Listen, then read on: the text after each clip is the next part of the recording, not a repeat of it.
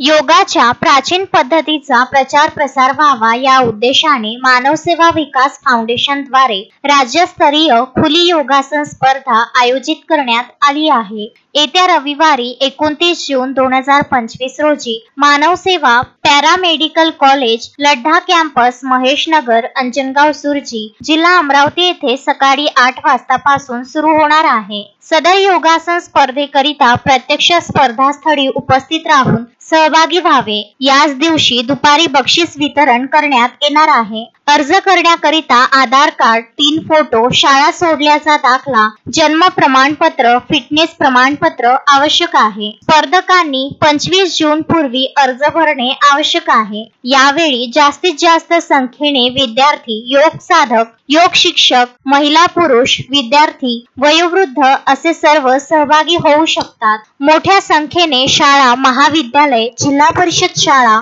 Marathi school, English स्कूलचे विद्यार्थी तसेच व्यायामशाळा, कोचिंग क्लासेस, कम्प्युटर सेंटर, क्रीडा अकॅडमी, सर्वसाधारण जनता इत्यादी सर्व योगासन प्रेमी आणि क्रीडा प्रेमी सहभागी होऊ शकतात। सदर योगासन स्पर्धेमध्ये जास्तीत जास्त विद्यार्थ्यांनी सहभागी व्हावे असे आवाहन मानवसेवा विकास फाउंडेशन संस्थेचे संस्थापक अध्यक्ष डॉक्टर नंदकिशोर पाटील यांनी केले आहे।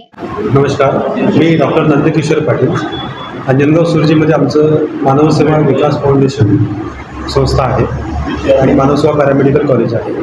या ठिकाणी दुसरी राज्यस्तरीय योगासन स्पर्धा, खुली योगासन स्पर्धा आयोजित करण्यात आली आहे। ही स्पर्धा येत्या रविवारी म्हणजे 29 जून 2025 रोजी आहे।